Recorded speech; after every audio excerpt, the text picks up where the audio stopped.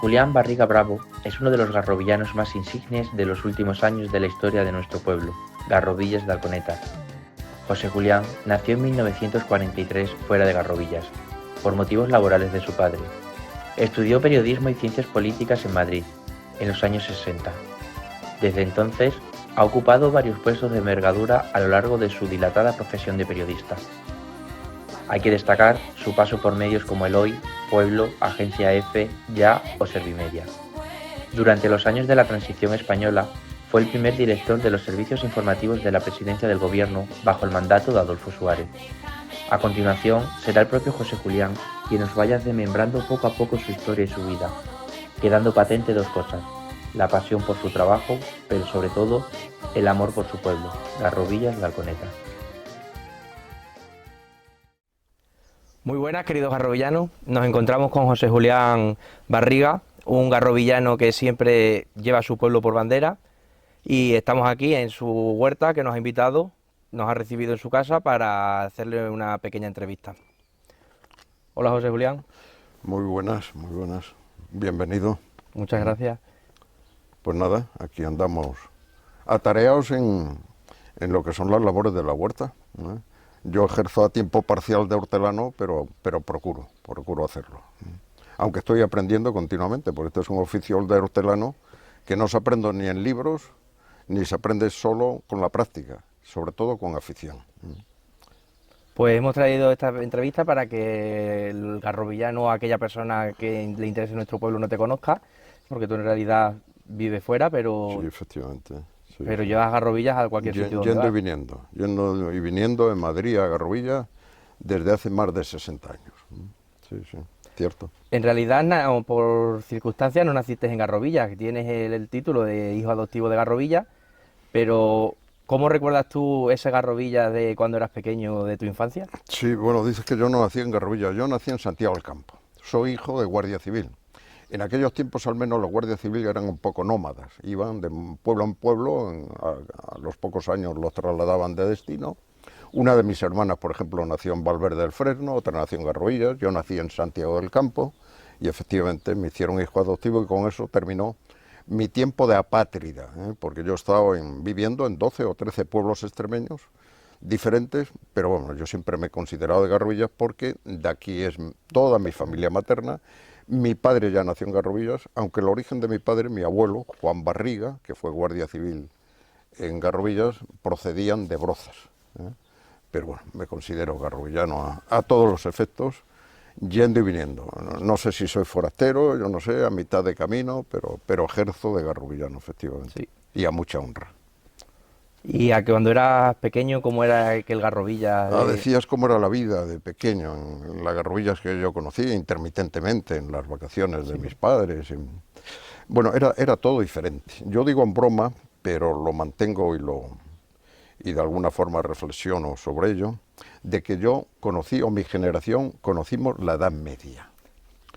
La vida de entonces, de la posguerra, de los años 50, era tan diferente a la de ahora que conservábamos muchos modos de vivir, probablemente de la Edad Media. Es decir, yo he conocido el arado romano, era lo habitual, las eras, se hacían las trillas como se hacían en la Edad Media, más o menos. Pero sobre todo, el mundo de los valores era el de la Edad Media, en lo religioso, en lo social, en lo cultural. Vivíamos, lógicamente, con sometimiento a muchas reglas establecidas durante siglos y siglos. Es decir, la revolución que nosotros hemos conocido en costumbres, en modos de pensar, en hábitos. Yo conocí una Garrovilla donde había privaciones, donde había hambre, ¿no? Y claro, todo esto es afortunadamente ya tiempos muy pasados, muy remotos, pero que conviene no olvidar.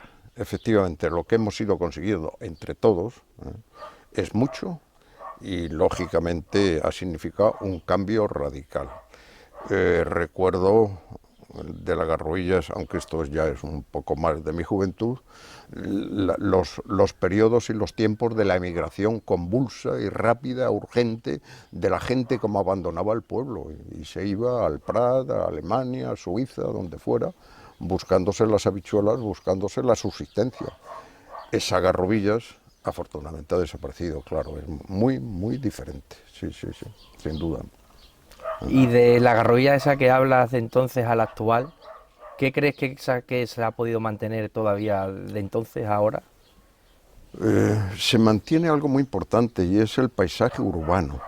Es decir, nos hemos lamentado todos de que han desaparecido demasiadas casas, que se han destruido para construirlo con más comodidad las modernas, pero básicamente, ¿verdad? Si hacemos un balance, nuestra plaza, que es el emblema de Garrovilla, sigue siendo prácticamente la misma. Los entornos de los barrios antiguos, con alguna desaparición lamentable, siguen siendo idénticas. El paisaje sonoro de Garrovilla sigue siendo prácticamente el mismo, las campanas. Es decir, a mí uno de los recuerdos que más me vienen siempre a la memoria cuando estoy fuera, pues es el sonido de las campanas de Garrovilla. Y no reparamos, probablemente Garrovilla tenga uno de los paisajes sonoros, a través de las campanas, más bonitos de toda Extremadura. El valor que tiene esa sonorización, este otoño va a haber en Cáceres un congreso de instrumentos antiguos y va a haber un concurso, no un concurso, un concierto de campanas en Cáceres, y yo les he sugerido, veníos a Garrovillas a escuchar las campanas de Santa María, tan diferentes a las de San Pedro, eso porque ahora están electrificadas y están automatizadas, pero si se hiciera un toque artístico como antes se hacía, sería un espectáculo fantástico, es una maravilla lo que tenemos. O sea que la Garrovilla es ancestral, en el paisaje urbano se mantiene. Hombre, en el paisaje social y eso, pues lógicamente es muy diferente, claro, pero básicamente se mantiene, lógico, sí. Y en una de las ocasiones que hemos hablado contigo dices que recuerdas muy que es algo que entró en ti, las conversaciones que mantenías en la rebotica, como se dice en Garrovilla, de la farmacia de don Adriano. ¿Qué nos puedes contar de esas sesiones? Yo recuerdo que escribí un artículo, no recuerdo dónde, que se llamaba Los niños de pueblo, los que fuimos y seguimos siendo. Niños de pueblo, todos tenemos unos ciertos recuerdos, una percepción que nos ayudaron luego al desarrollo personal y al desarrollo profesional, ¿no? Y yo a eso le doy bastante significación. Mira, yo era un muchachillo curioso, a mí me gustaba escuchar conversaciones de los mayores, ¿no? Y donde mejores conversaciones, a mi alcance y a mi entender, en aquellos años, estamos hablando de los años 50 o en torno al 60, donde mejores conversaciones yo creo que había en Garrovilla, más cultas, y quizás con más sinceridad o con más pasión, deliberación, discusión, eran las reboticas de don Adriano. Había un banco que todavía se conserva en la botica esta de arriba, de la calle Manuel Fernández, donde se sentaba el cura, el párroco, el médico, el practicante, dos propietarios de tierra, y discutían acaloradamente sobre lo que estaban leyendo en el periódico. El periódico era el Extremadura. Mi aprendizaje profesional y cultural, intelectual, probablemente derive de la lectura del periódico Extremadura y de los periódicos que luego en los diferentes pueblos en que estaba, normalmente era el ABC, era el Ya. Ese es mi paisaje, digamos, intelectual. En aquellas tertulias de la botica de don Adriano se gobernaba el mundo. Recuerdo que entonces se discutía apasionadamente de la guerra de Corea, todavía de la Segunda Guerra Mundial, y todo al hilo de los titulares de los periódicos, de modo que yo me sentaba por allí donde no me echaran, me decía, muchacho estorba, y yo escuchaba y estaba muy atento a cuando quedaba libre el periódico para ir a coger el periódico. Yo tendría 10, 12 años, pues ese es mi aprendizaje vital, escuchando conversaciones de mayores, y efectivamente aquí en Garruillas, en la rebotica de don Adriano, sí, muy interesante. Y claro, ya fuiste creciendo y ya el pueblo se quedaba pequeño, digamos. Bueno, hombre, todos tenemos un despertar intelectual, sentimental, emocional, y yo de alguna forma, probablemente derivado de eso. El médico que digo que asistía a la rebotica de don Adriano era don Ramón Díaz Mora. Don Ramón Díaz Mora, independientemente del concepto que tengamos la gente mayor de él como médico, era un personaje intelectual. Ese médico rural, yo hice un prólogo a un libro que editó uno de sus hijos y yo lo titulaba, se tituló el libro porque era el título de mi prólogo, El médico rural que interpretaba a Juan Sebastián Bach. Era un médico que vivía en la casa del médico, en la plazuela, y como él veía que yo tenía alguna curiosidad intelectual, bueno, me decía, oye, muchacho, ven para acá, ven. Y me dejaba algún libro, y sobre todo se sentaba al piano. Estamos hablando de los años, alrededor del año 60, 58, 60, y me decía, mira, chico, mira, esto es Beethoven, mira, esto es Juan Sebastián Bach, o esto es Mozart, coño, en Garrovillas en aquel momento, tal cual. Bueno, pues digo que todo ese despertar intelectual, pues lógicamente a mí me llevó a concebir mi mundo, y por otras circunstancias, siempre por aprendizaje inducido, pues yo quería escribir en los periódicos. A mí me gustaría escribir. Ojo, yo no conocía a ningún periodista. Yo el primer periodista que conocí fue a un señor que me examinó de ingreso de periodismo en Madrid. Bueno.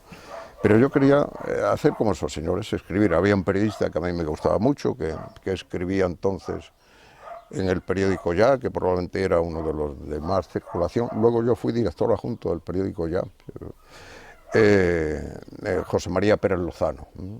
Y a mí ese señor me influyó mucho en lo literario y sobre todo en lo periodístico. Yo quise ser periodista, me marché a Madrid a ser periodista, que era la única escuela donde entonces se impartía el título, era el único sitio en ninguna otra parte, porque entonces la enseñanza del periodismo y sobre todo el ejercicio del periodismo estaba muy controlado por la dictadura, por Franco. Fíjate que la escuela de periodismo estaba en el Ministerio de Información y Turismo, es decir, en una parte del ministerio, en la Castellana, en un recodo, ahí estaban las aulas, o sea, se enseñaba el periodismo dentro del ministerio. Ese tipo de incongruencias, de contradicciones, yo las he vivido luego en mi etapa profesional.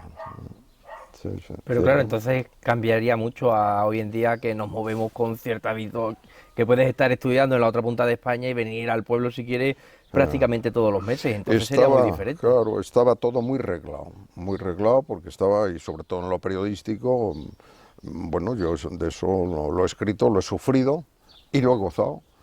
Estaba todo absolutamente pautado, controlado. Y el ejercicio que hicimos los periodistas de mi generación de reconquistar la libertad, procedíamos de unas aulas que estaban en el Ministerio de Información y Turismo y en el ejercicio profesional, con un anecdotario riquísimo, porque han sido muchos años de ejercicio profesional en Madrid, pues lógicamente lo hemos vivido y, como digo, lo hemos sufrido, claro, sí. Como hemos podido leer en tu último libro, En defensa de la transición, Memoria de un testigo afortunado, fuiste el primer director general de Relaciones Informáticas de la Presidencia durante los años de Adolfo Suárez. ¿Cómo fue trabajar de la mano del presidente Suárez? Sí, bueno, todo eso tiene lógicamente una secuencia larga, ¿no?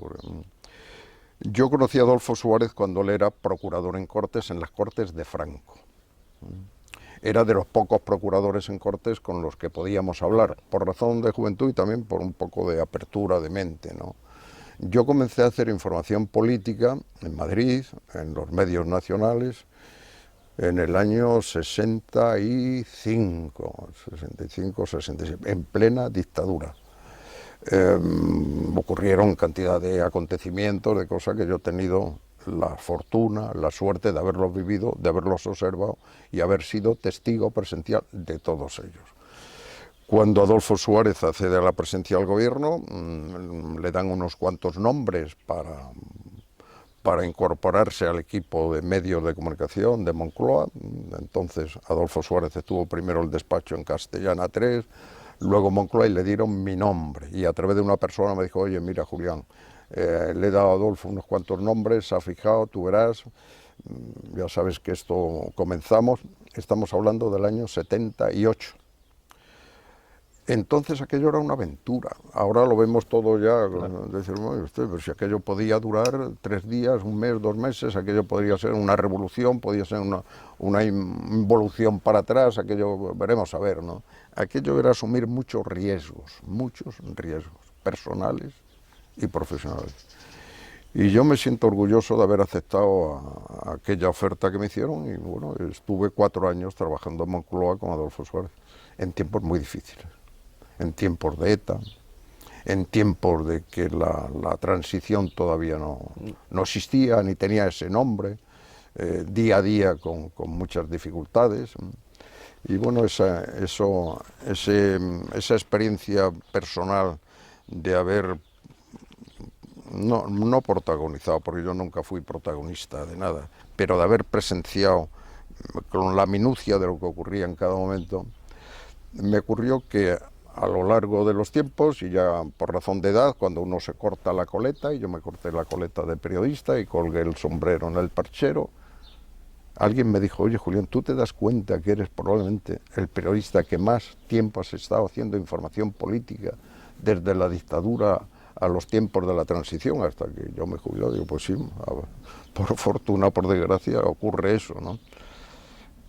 Y entonces, una vez, como digo, cortada la coleta, yo quise hacer una reflexión sobre los tiempos políticos que me ha tocado vivir, para aportar mi pequeña experiencia, mi pequeña anécdota o mi pequeña visión y reflexión, porque ese libro al que tú te refieres es un pequeño ensayo, es un libro de tesis, no es un relato periodístico, aunque en mi caso lo fuera o lo pudiera haber sido, ¿no?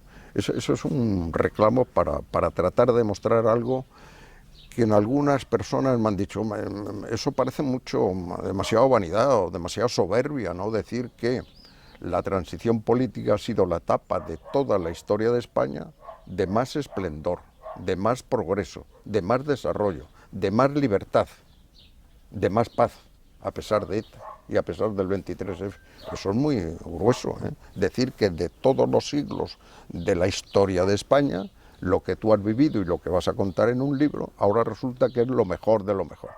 Yo modestamente trato de mostrar en ese libro que la transición española, los tiempos de la transición española, es la época más floreciente, de mayor libertad, de mayor progreso de toda la historia de España. Y como yo he tenido la suerte de haberla presenciado en primera línea, y además me pagaban por hacerlo, o sea, he ejercido una profesión muy rara porque he sido testigo y además he ejercido profesionalmente para contarlo, vivir para contarlo. Esa es el leitmotiv o el esquema de mi libro. Y eso es lo que yo trato de promover, al menos entre la gente joven, entre las edades de mis nietos o de mis hijos. Ojo, que nos estamos jugando mucho.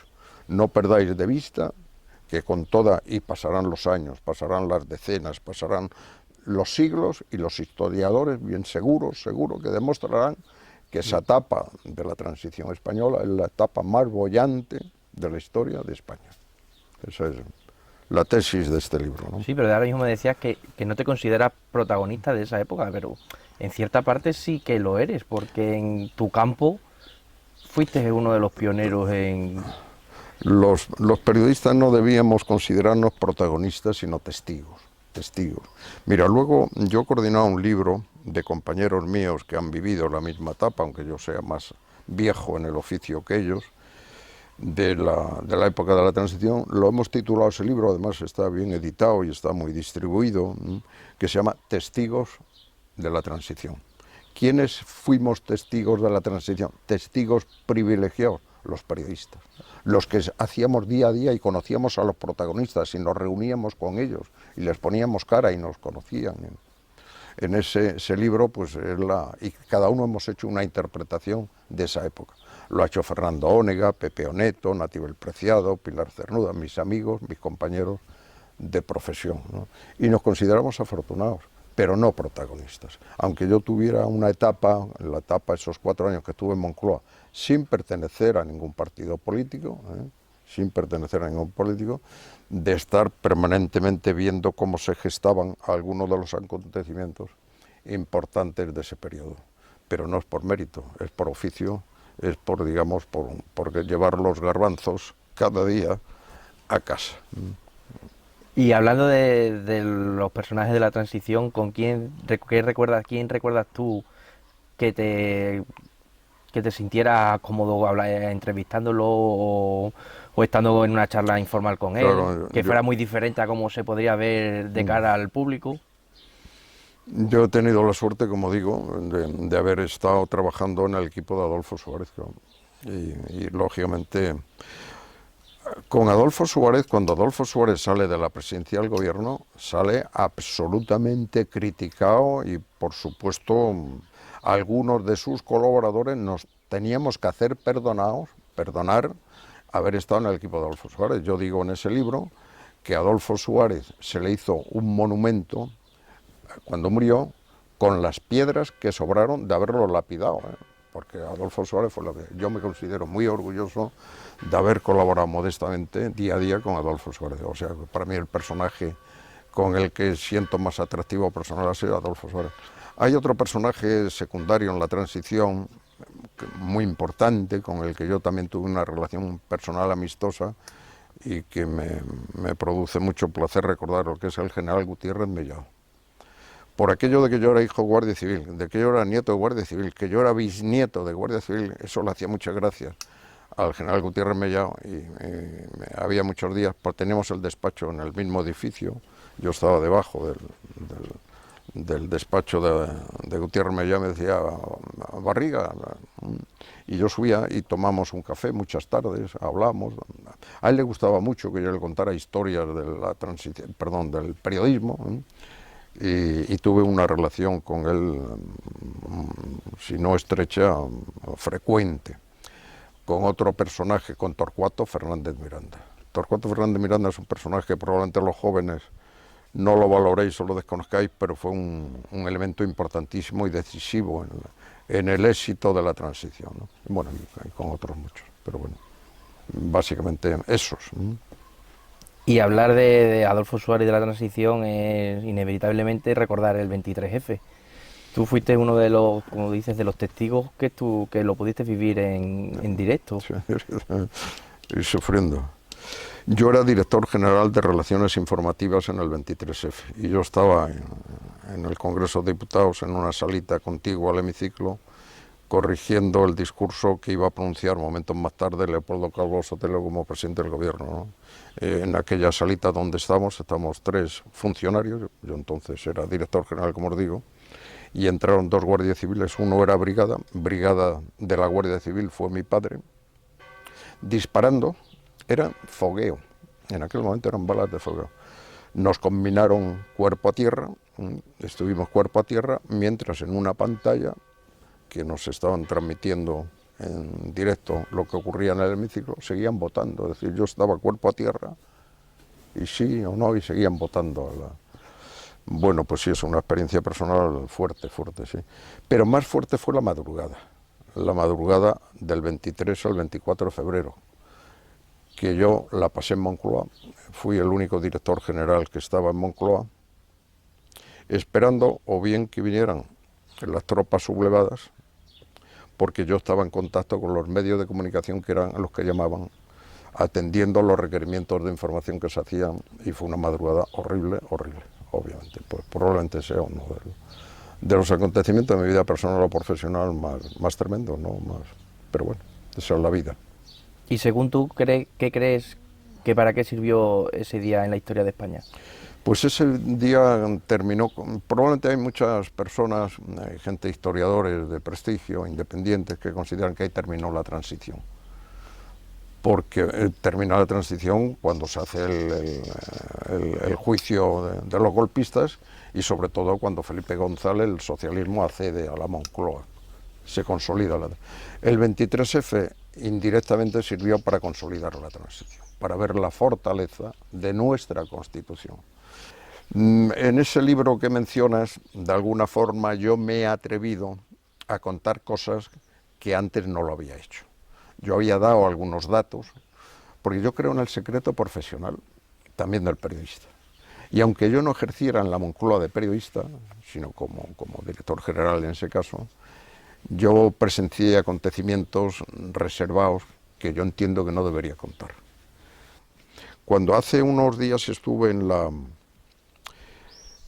la Catedral de Ávila para escuchar un concierto que había por la tarde de Montserrat Torrent. Y yo lo que quiero hablar es de Garrovillas, de Montserrat Torrent. Y lógicamente me fui al claustro de la catedral a ver la lápida de la tumba de Adolfo Suárez. Es un momento muy entrañable, muy emocionante, ¿no? Porque yo creo que ese hombre, Yo creo que, hombre, si tuviéramos que improvisar una conversación o una polémica del estilo de las que había en la tertulia de la botica de don Adriano, yo defiendo que Adolfo Suárez es probablemente segundo o tercer personaje más importante de la historia de España del siglo XX.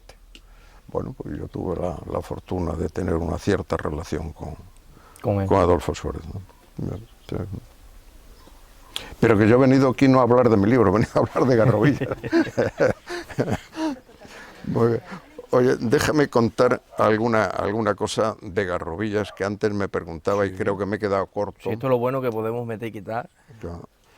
De Garrovillas, de las Garrovillas que yo conocí de niño, pero de las Garrovillas que yo conocí de joven o de adolescente. Si hay una imagen de Garrovillas que yo la tengo grabada, una no la puedo contar, pero de las que puedo contar es los sucesos que ocurrían cada noche, en torno a las 12 de la noche o a las 11 de la noche. Alguien me dirá, me corregirá, no, eso era a las 10 de la noche. Bueno, pues de 10 a 12 de la noche, en la plaza, cuando salía la rubia de Sandalio a la estación de Río Tajo. La rubia, para que no es una señora, la rubia era una especie de, bueno, de microbús, al estilo de las películas del oeste, que tenía una parte de madera por fuera, tal cual, era una especie de microbús de Sandalio. Llevaba a la gente a los trenes que partían desde Río Tajo, pasaban por Río Tajo a Madrid. Yo iba y venía en las vacaciones o cuando podía de mi etapa de estudiante en Madrid, y lo que ocurría allí eran escenas de cine del neorrealismo italiano. La gente llorando,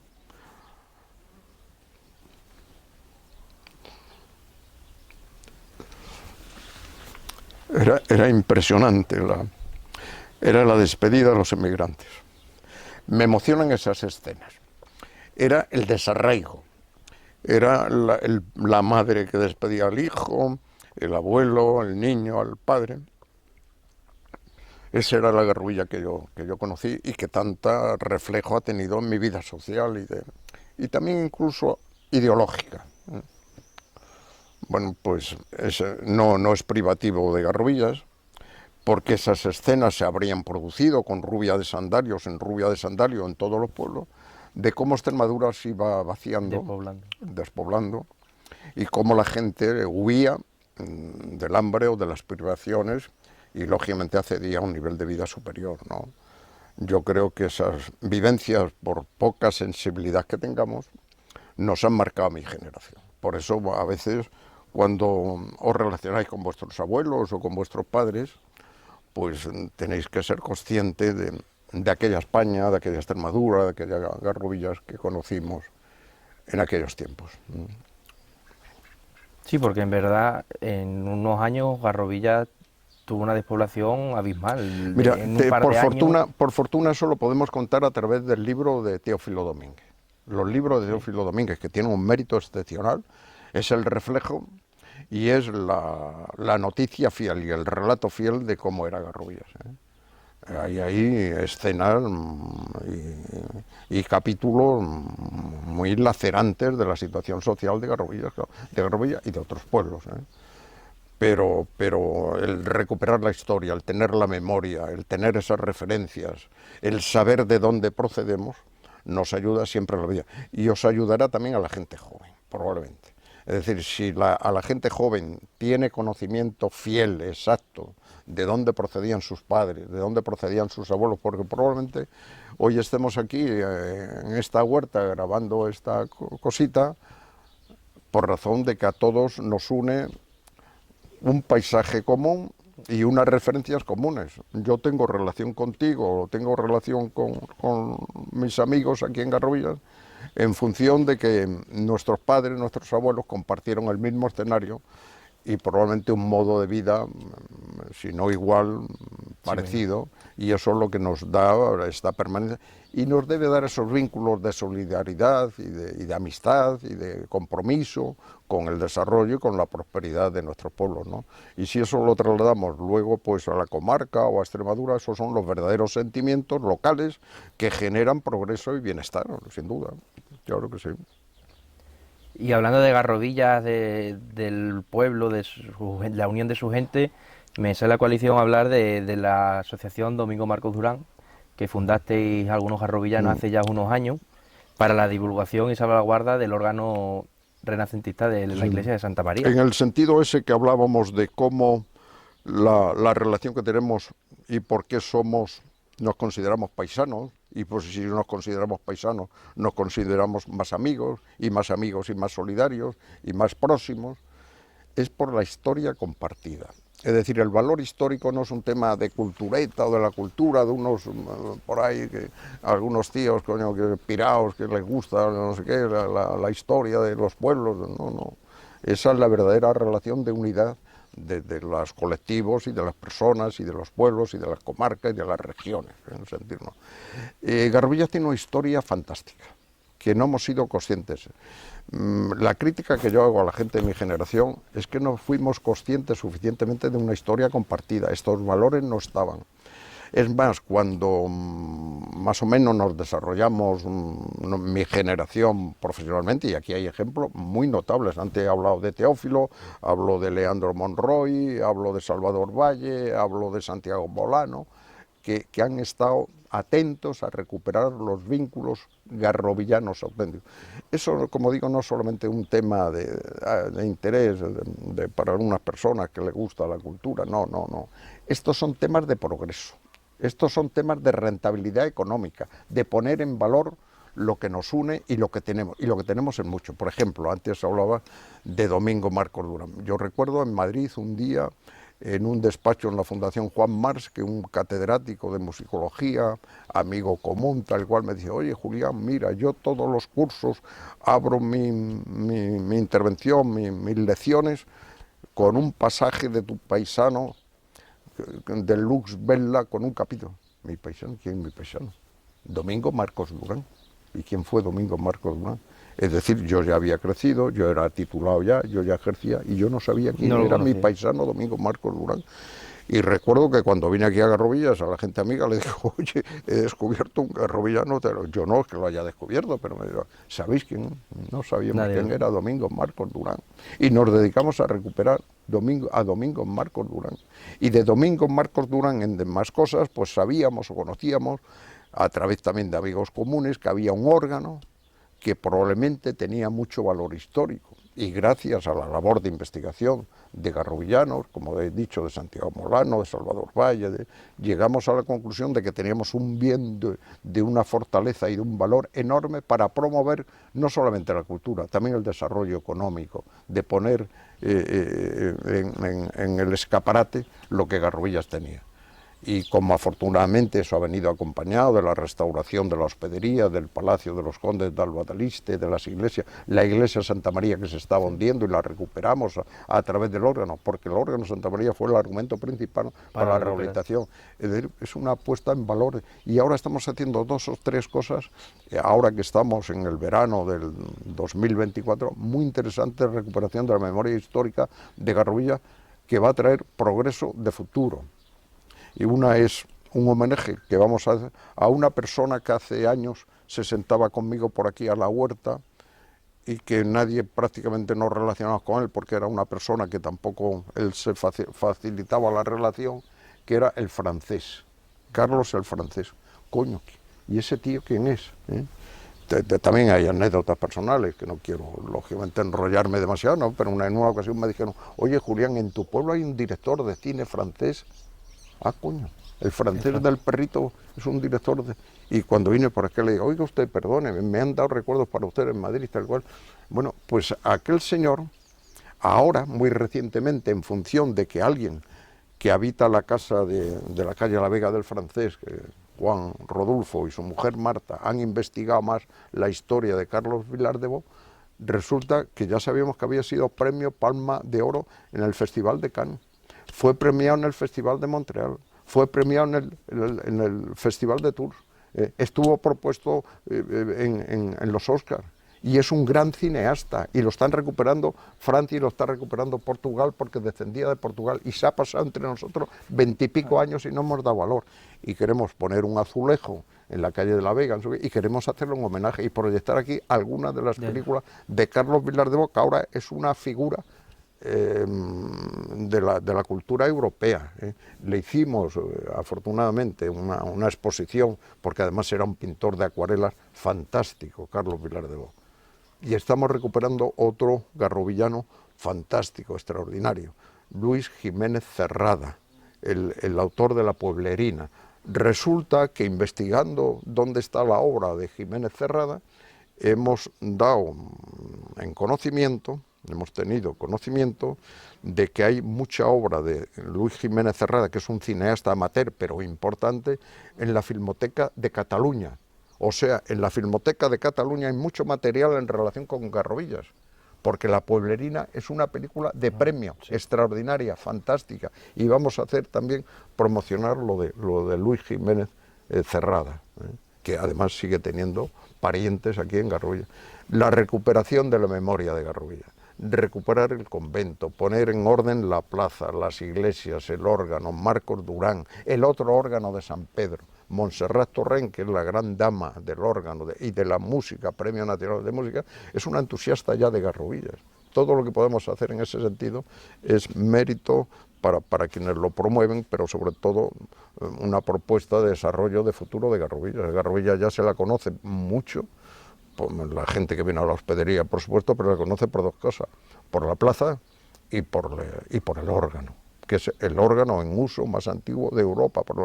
Dentro de unos días se va a celebrar en Cáceres, como decía, un congreso de instrumentistas de música antigua, y estamos tratando de traerlos aquí para que vean el órgano, y porque todo eso promociona turísticamente, económicamente, y sobre todo promueve que Garrovillas, pues como modelo de ejercicio y de puesta en valor del patrimonio histórico de una pequeña población, porque ya somos, por desgracia, una pequeña población con menos de 2.000 habitantes, que quiere fundamentar en su historia y en su patrimonio monumental, que lo tiene excelente e histórico, su futuro. Y eso es muy interesante que lo hagamos. Y para esos jóvenes que no conozcan y no queremos que se pierda, como tú dices, el patrimonio de nuestro pueblo y los garrovillanos insignes, ¿qué puedes contar de Domingo Marcos Durán? Bueno, Domingo Marcos Durán es un personaje que está en la historia de la música, yo no sé, occidental, iba a decir universal, occidental.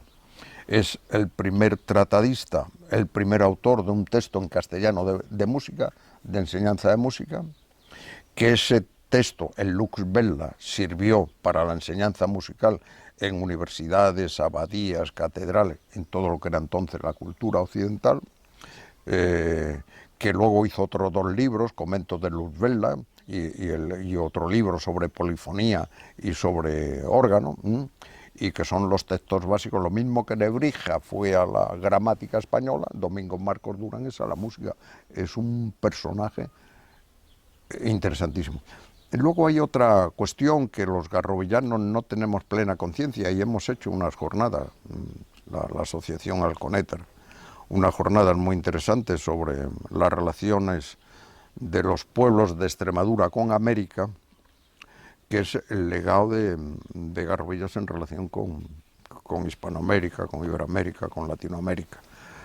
Bueno, pues ese es otro elemento que no tenemos suficientemente investigado. Es decir, uno de los cofundadores de Santiago de Chile era garrovillano. El fundador de La Paz fue garrovillano. Garrovillanos fueron los que hicieron la Altagracia de la República Dominicana y sobre todo la Altagracia de la República Argentina, en la que a veces no paramos suficientemente. La Altagracia de la República Argentina, por cierto, donde está enterrado Manuel de Falla, donde murió Manuel de Falla, Y el lugar donde nació el Che Guevara, esa Altagracia la hizo un garrovillano, la fundó un garrovillano. Es patrimonio de la humanidad. No tenemos relación con la Altagracia argentina. Nos queda mucho por hacer. Y eso, como digo, no solamente la chaladura de unos cuantos, no. Eso es valor económico de futuro, eso es construir. Los pueblos se están construyendo permanentemente. Y cuando a mí ayer me decía mi niña, me dice, pues mira, en Garrovillas, compañeros de mi niña de la misma edad son 7, fulanito, menganita y todo. O sea que hay 7 niños, los quintos de Garrovillas, que antes en mis tiempos eran, ahora resulta que son 5, son 7. ¿A dónde vamos? ¿Qué hacemos de cara al futuro? Y esta es una reflexión que yo en eso no quisiera dar la vara, pero ojo, esto es muy serio. O nos convertimos en un apéndice, un barrio dormitorio de Cáceres, o esto tiene futuro. O si no, según vayamos cascando y yéndonos aquí a las cercanías al blanqueado, pues esto se está poniendo serio. Y sin embargo hay mucho por hacer y mucho por construir en este pueblo, y eso es una reflexión que tenemos que hacer. Hombre, sin banderías, sin agraviar a nadie, pero esto es muy serio de reflexionar, ¿no? ¿Qué podemos hacer? Porque Garrovillas, cuanto antes me refería a Domingo Marcos Durán, a los conquistadores, a Luis Jiménez Cerrada, a toda esta gente, Garrovillas ha exportado mucho talento fuera. Y claro, no vayamos a hacer la nómina de los emigrantes, pero una de las cosas más fantásticas que nos congratula a la gente de mi generación, cuando yo me fui a estudiar a Madrid, nos fuimos 2 o 3 universitarios nada más. Aquello entonces era clasismo, en mi caso no, pero aquello era gente que se podía permitir, pero el común de los garrovillanos no podían ser. Y sin embargo había mucho talento, mucho talento.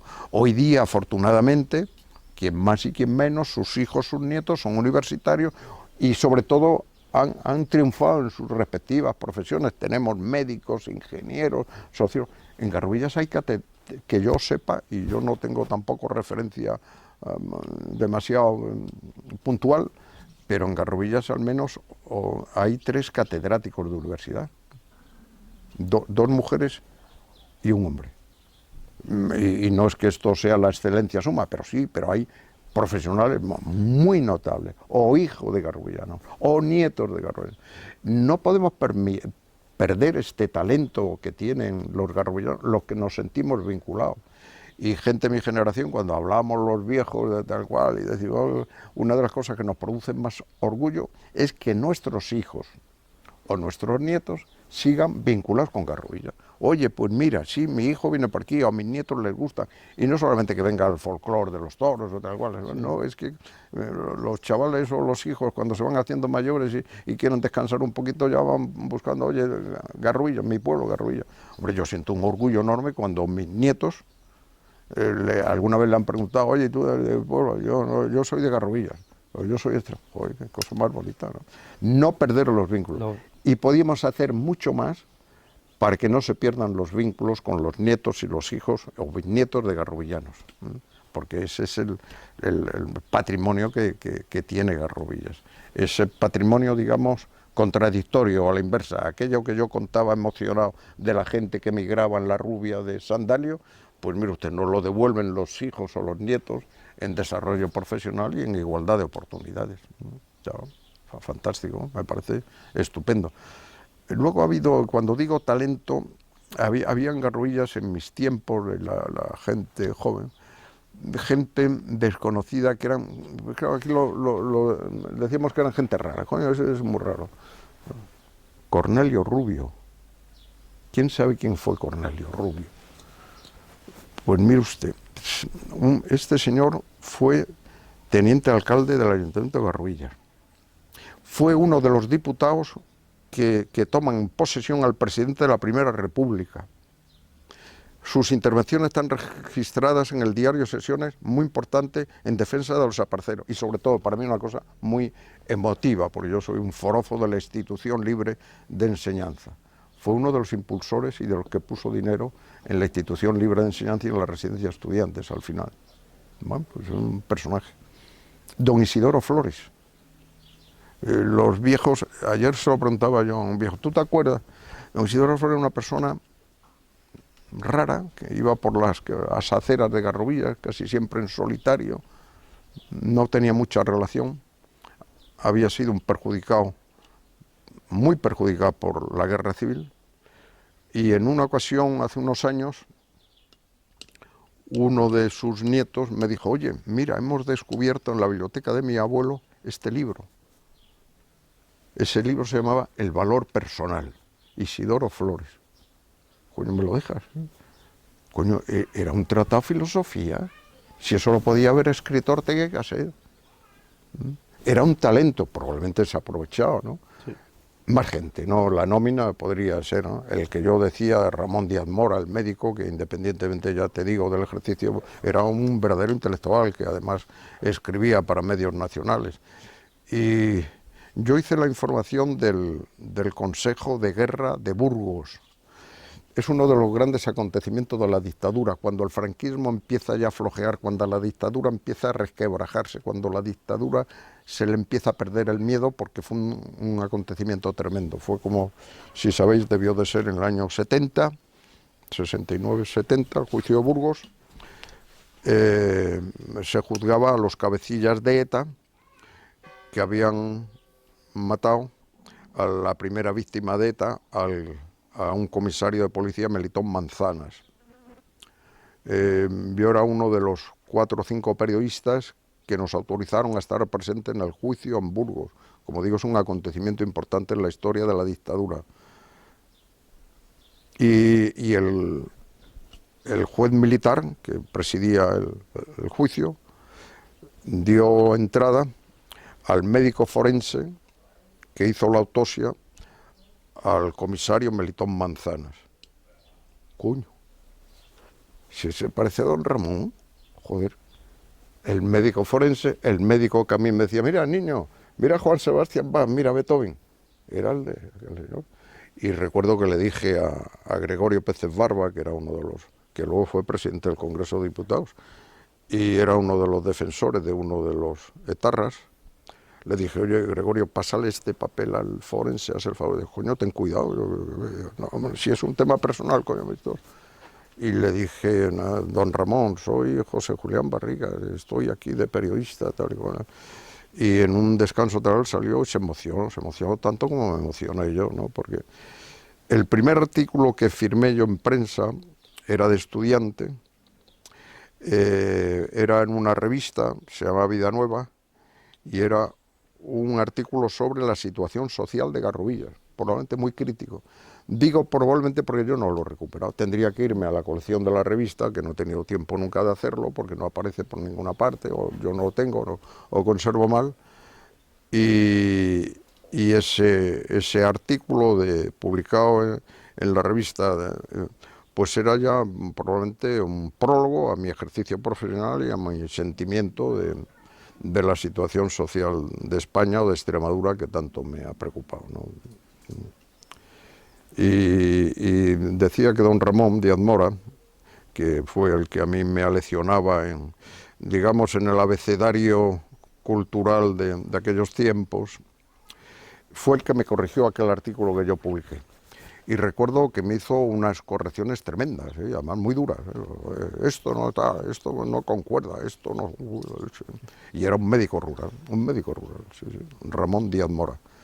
Como mi vida está plagada, la vida de todos nosotros está plagada de pequeñas anécdotas. Recuerdo un día que me invitan a comer en Madrid el rector de la Universidad de Navarra y me dijo: porque me han dicho que es usted extremeño. Sí, señor, soy extremeño.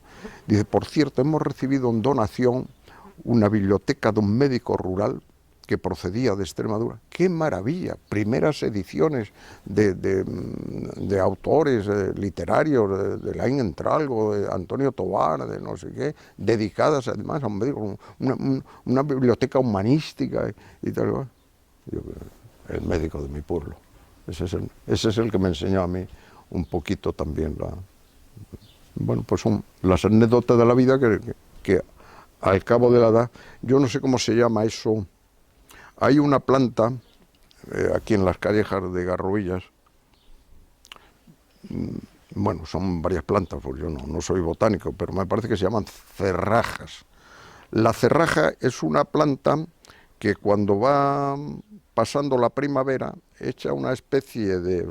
Las flores se convierten en pedúnculos que el viento se los lleva y las semillas con el viento las va esparciendo. Al cabo de los años de los viejos, perdonar esta imagen, se me ocurre que los viejos somos un poco cerrajas, ¿no? Y que a través de los recuerdos y la memoria vamos esparciendo también semillas de lo que ha sido nuestra vida, ¿no? Y por eso está plagada de anécdotas. Todas son interesantes, todas son muy humanas. Bueno, y algunos que hemos estado de testigo de la vida política, pues tenemos la cabeza llena de anécdotas de la política, ¿no? De la política de España, del periodo, insisto, más trascendente probablemente de nuestra historia, ¿no? Y ahora un periodista que se cortó la coleta y colgó el sombrero, ¿a qué se dedica en sus días? Pues tengo que regar los tomates, que ya hoy se me ha pasado la hora del riego, y cosecharlos, pero yo ahí en ese portalillo de la huerta, yo creo que me ilusionó mucho tener una huerta en Garruvillas, en mi pueblo, probablemente para buscar un sitio de leer. La huerta para mí ha sido, aparte de la afición que tengo a la huerta y a las plantas y estas cosas, y muchos árboles me recuerdan los amigos que he tenido, porque muchos de estos árboles son regalos de amigos, ¿no? El achufaifo recuerdo un amigo de Campanario, aquella higuera de un amigo de Jardín de la Vera, allí tengo este madroño que está detrás, recuerdo de un amigo que vive los veranos o las vacaciones en la Plaza de las Nieves, allí hay otra higuera que no sé qué, bueno, pues son amigos, ¿no? Que son recuerdos de la vida, ¿no? Me ha dado por escribir, me ha dado por hacer cosas, bueno, por ejemplo, yo ahora estoy en estos días en verano, bueno, bastante atareado en lo que puedo, en lo que doy de sí, porque me eché a cuestas la coordinación de un congreso internacional interesantísimo que se va a celebrar en otoño. Se va a celebrar en Guadalupe, en Cáceres y en Belvís de Monroy, en 3 sedes. Me ha llevado mucho tiempo, me sigue llevando y mucha ocupación, y es un tema trascendente de la historia de Extremadura. Resulta que en 1524, Carlos V y el Papa envían a 12 frailes franciscanos a México para corregir los abusos y los desmanes que estaban cometiendo los conquistadores en el trato con los indios. Y envían a 12 franciscanos intelectualmente muy preparados, los concentraron en el convento de Belvís de Monroy, y de Belvís de Monroy, andando y descalzo, llegaron a México a corregir los abusos de Hernán Cortés y sus abusos, como todo en la vida, pero abusos. Y se convierten en defensores de los indios, y crean escuelitas para los indios, hospederías para los indios, crean pequeños hospitales o enfermerías para los indios, les enseñan a leer el castellano, a aprender el castellano, pero sobre todo recuperan las lenguas originales de los indios, de los mexicas, de las lenguas originarias, y gracias a ellos se conservan. Es una maravilla de personajes. Son personajes de una categoría enorme que están muy estudiados en América, en México y en las universidades americanas, y en Extremadura, que salieron de un conventito de Belvís de Monroy, donde estuve hace una semana viendo dónde vamos a hacer la sede de la clausura del Congreso, pues son prácticamente desconocidos. En una reunión reciente de compañeros del Club Senior les dije, oye, ¿quiénes conocen a los 12 apóstoles de México? Muy poquitos, ¿eh? Bueno, pues esa es una dedicación que tengo. Luego me entusiasma mucho lo que estamos haciendo para recuperar la memoria y la vida en Garruvillas de Carlos Vilar de Bo, este cineasta fantástico, fantástico. En uno de los libros que yo escribí hay recuerdos personales de cuando Carlos venía aquí a la huerta y hablábamos de temas de arte, de filosofía, un personaje muy interesante. Me entusiasma mucho lo que estamos preparando de recuperación de Luis Jiménez Cerrada, el autor de La Pueblerina, de cara al futuro, ¿no? Me toca promocionar ese libro que antes hablamos ahora en otoño de los testigos de la transición. Bueno, pues hacemos lo que podemos, lo que nos divierte. Por eso no podemos quejarnos y decir, coño, es que estamos atareados. Y digo, coño, porque quieres. Porque me lo he buscado yo. Porque quieres, claro, lógicamente, y afortunadamente. Hombre, lo que pasa es que ahora, a esta altura de este verano, si yo hablo del síndrome Biden, pues hombre, a mi edad, algún síndrome Biden estamos ya notando, ¿no? Es decir, la memoria patina un poquito, pero la memoria de los nombres, pero no la memoria. Immanuel Kant, el filósofo, decía que la historia de los hombres se divide de 20 en 20 años. Y lo digo lo de Kant no porque yo sea muy erudito, es que estoy releyendo una biografía de Immanuel Kant ahora, que estará por ahí en alguna parte de la biografía. Hasta los 20 años las personas, los hombres o mujeres, se desarrollan y viven para sí mismos, efectivamente. Dice, a los 40 años los hombres ya deben de vivir para los demás. Ya, profesionalmente ya se desarrollan. Dice, a los 60 años, dice Immanuel Kant es del siglo XVIII, dice, ya el hombre desarrolla su culmen de sabiduría. Cada uno de acuerdo con su... Muy bien.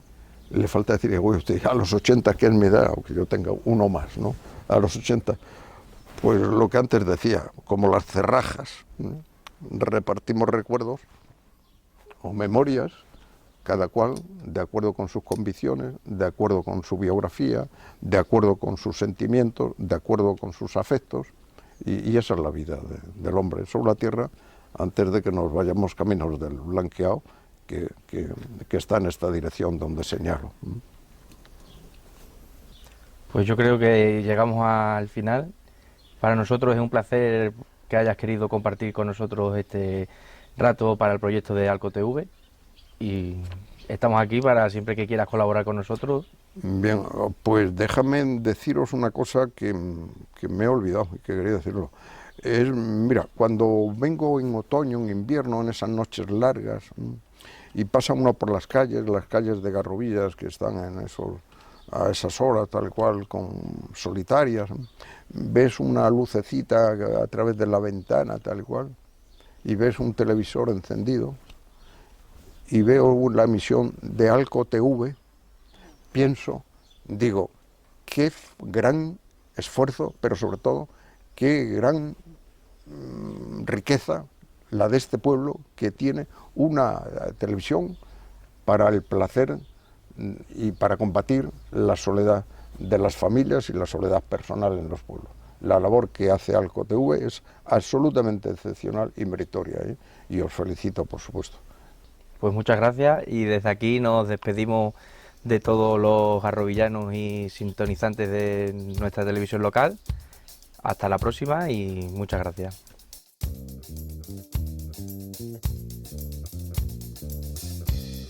José Julián, como garrovillano, fue el artífice de la recuperación del olvido de uno de los garrovillanos más ilustres de nuestra historia, como lo es Domingo Marcos Durán. A su regazo nacieron dos asociaciones de nuestro pueblo, la Asociación Amigos de la Plaza Porticada y la Asociación Domingo Marcos Durán, esta última para la salvaguarda y conservación del órgano renacentista de Santa María de la Consolación. Barriga también fue el ideólogo de las Jornadas de Historias Locales de Extremadura, que se celebran cada año en nuestro municipio. Y no fue hasta el 21 de enero de 2010 cuando la Corporación Municipal de Garrovillas acordó concederle el título de hijo adoptivo de la localidad, por su trayectoria profesional y por su incansable labor en favor del municipio.